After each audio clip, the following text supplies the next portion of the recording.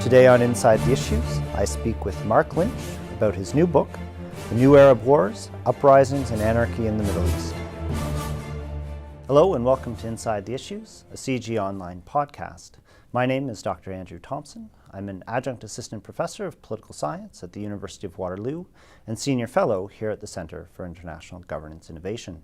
Every week we're joined to the studio by an expert in global governance or international public policy. And today my guest is Dr. Mark Lynch. He's a professor of political science and international relations at George Washington University and a fellow with the Carnegie Endowment for International Peace.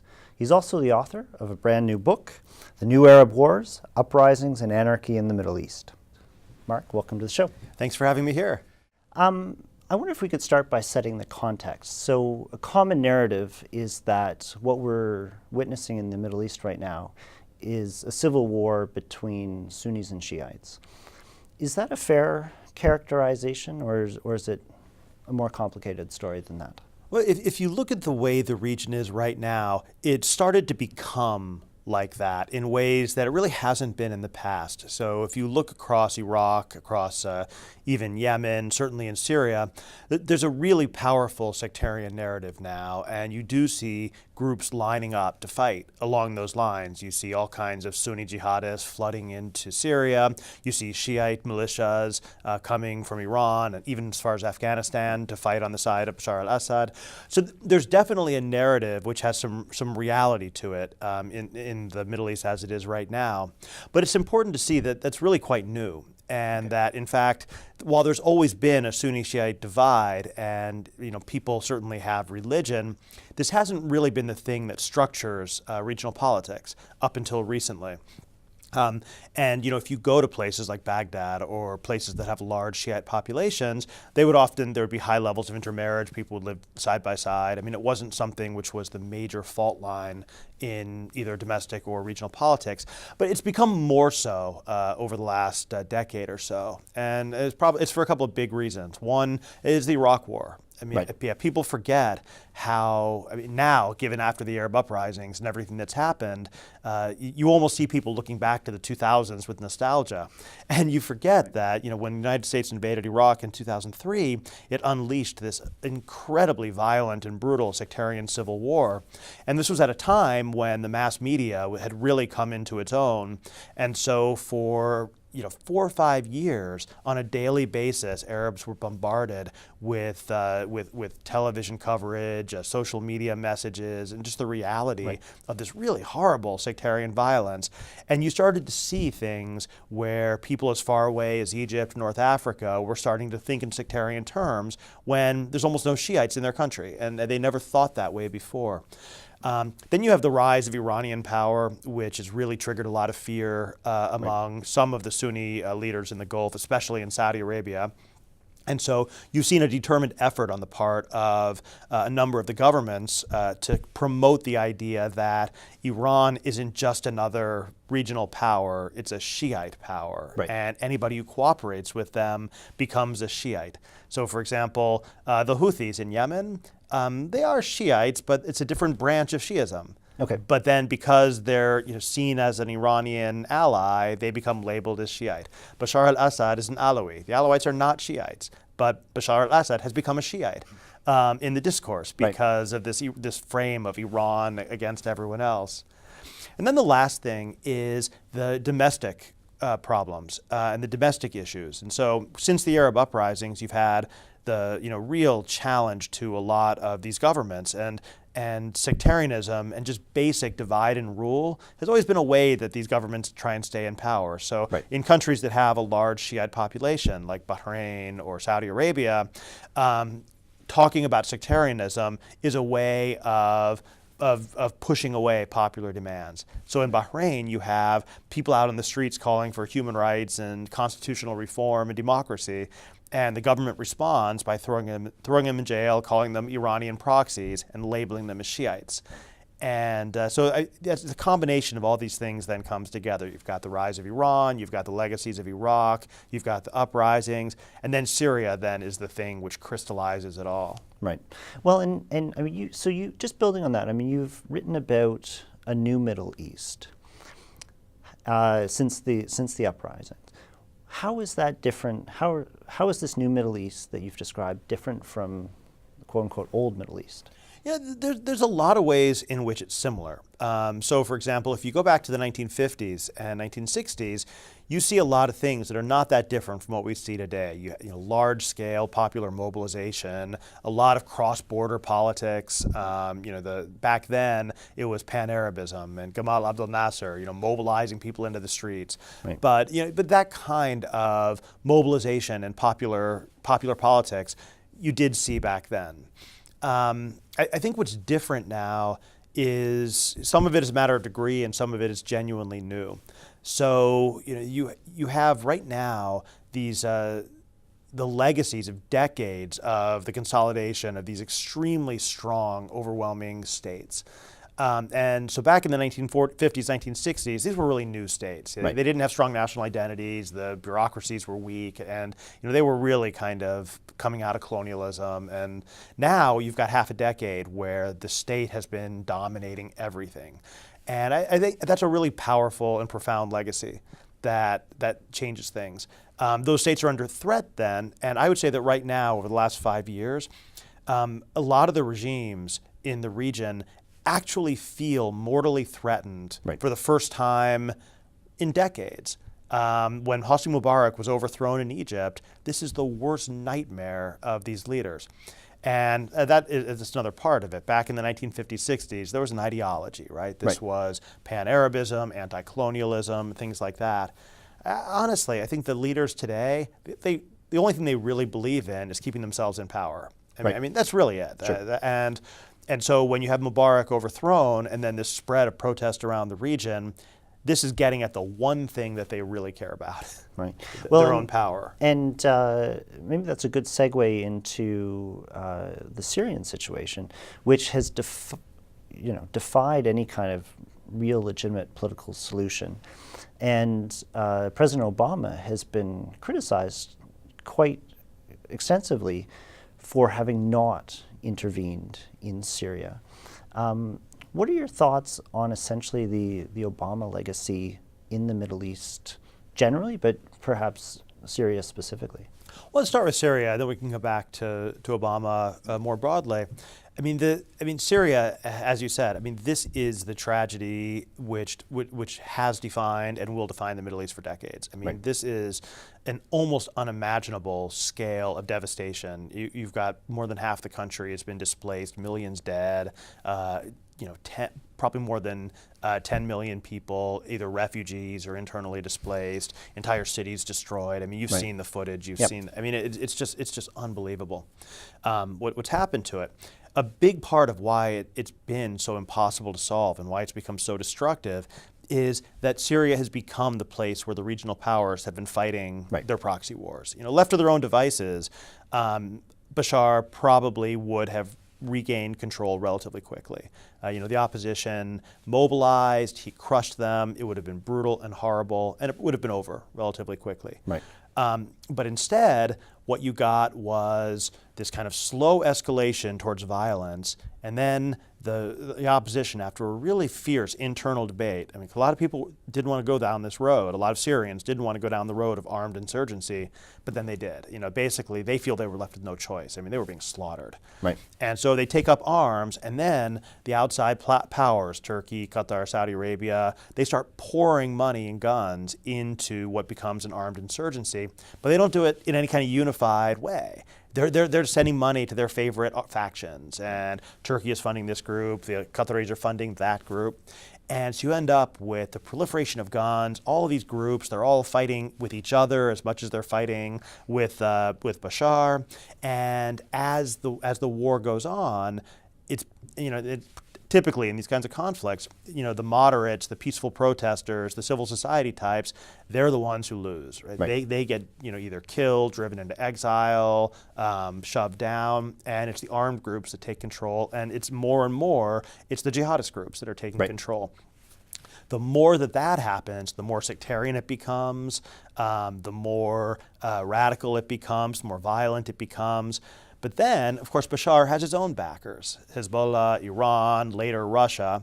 And so what you get from early 2012 on is basically a stalemate, a strategic stalemate, where every time one side starts to advance, the external backers of the other side pour resources in. Never enough to win, but enough to prevent losing. Okay. And so, if you follow the news on a daily basis or a monthly basis or a yearly basis, you'll see the same thing, which is basically this, cycle where, no side can advance. But it's not like this. It's like this because every ratchet becomes more violent, more brutal, more refugees. And so, and that's kind of where Syria is now and why it's so bad. That's where ISIS comes from. Right. That's all the rest. So Obama looked at this back in 2011, and clearly he came out fairly early saying Assad has lost his legitimacy, he must go.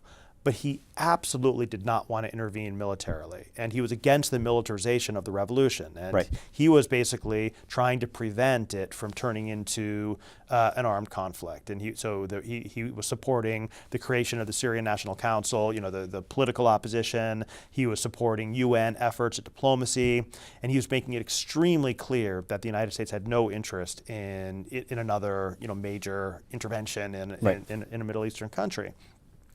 And he was able to sustain that for a while, but then as the regional allies start pouring money and guns in, it turns into an insurgency. He comes under tremendous pressure to go along with it, and he does in a very half-hearted way, where basically what he was trying to do was to retain American influence over the insurgency and the opposition. By providing some weapons and some support, but also trying to restrain it. And the idea was that you could create a strong opposition, which could then negotiate with Assad. Right. Whereas many of our allies, they wanted to overthrow Assad by force. Yep. And others just wanted to bleed the Iranians, and they were just happy to see the fight go on. So there's a real mismatch in objectives and goals. Obama was really clear, and you're right, he came under tremendous criticism, but I actually think he was right. Staying out of Syria. I mean, because people look at it and say, look how horrible it is, and it's Obama's fault. I pretty strong conviction that it would look pretty much just the way it does now, just as horrible, except the United States would be in the middle of it. Yep. And the same people who are criticizing Obama for not intervening, the exact same people would be out there attacking him for intervening. Sure. So it was a devil's bargain. He knew that he was going to criticize no matter what, and he wanted to stay out. Closest he came to intervening was back in August, September 2013, the Red Line incident over the Bashar's use of chemical weapons. Right. And that was a diplomatic fiasco, no question about it. When he didn't intervene then, which again I think was the right decision. I mean, he should never have started it, never have gone down that route at all. Right. But once it became clear that he wasn't going to bomb, then just that unleashed the other regional allies, and that's when things really started to get out of control. And there's pretty much a straight line, I think, from the Red Line crisis and Obama's not intervening to the rise of the real jihadist groups and ISIS and that sort of thing. Right. And you mentioned earlier that Syria is a proxy conflict right now, and you've got Saudis and the Iranians really going at each other in Syria. The U.S.-Iranian relationship has changed dramatically with the nuclear deal. The U.S.-Saudi relationship is also changing. How do you make sense of what's happening with respect to those two dynamics? It's one of the most important things that's happening in the region, and it became very controversial when Obama came out with a nuclear deal, but it shouldn't be a surprise. This has been a top priority of the United States, of Israel, of everybody for over a decade. Finding a resolution to the Iranian nuclear weapons program. And honestly, I think that most people, even if you talk to Israelis, even in the Gulf, there's a general acceptance that this actually is a pretty good deal. It does what it's supposed to do in terms of counterproliferation and non-proliferation.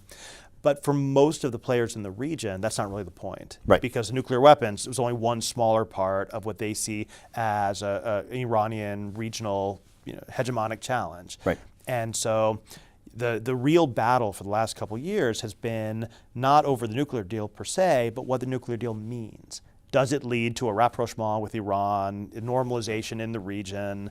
And that's the battle that you're seeing playing out. On the Saudi side, they have basically, in my opinion, they basically are not acting as American allies anymore. They don't share America's strategic vision for the region. They don't want to see democracy in the region. They're against the Iran deal. They're basically what they've been doing since, I would say, roughly August or September 2013, is they've given up on Obama and they're just waiting for a new president. Right. They're just counting down the clock. But so they're fighting in Syria. They're also fighting in Yemen. Right. And it's an incredibly destructive war that doesn't get a lot of attention. It also plays out in Iraq. It plays out across the Gulf. The Saudi-Iranian conflict really structures a lot of what's happening in the region. Right. What people don't maybe pay as much attention to is that there's other lines of proxy war. So in places like Egypt and Libya and Tunisia, it's actually more of a battle between the United Arab Emirates and Qatar. Right. And they're fighting their proxy wars, and often in a very destructive way. Like Libya, for example, I think a lot of what happens there is explained by the UAE-Qatar conflict. And so you have these multiple lines of proxy war, and as long as that goes on, it becomes very difficult to find ways to stabilize or get democratic transitions or any of that sort of thing. Right. Mark, we are out of time. This was absolutely fascinating. Well, thanks for having me here. It's thank a great you so conversation. much for being on the show. And thank you for our audience for joining us. Please tune again for another episode of Inside the Issues, a CIGI Online podcast. Look for us online at cgonline.org, on Facebook, on YouTube, and on Twitter.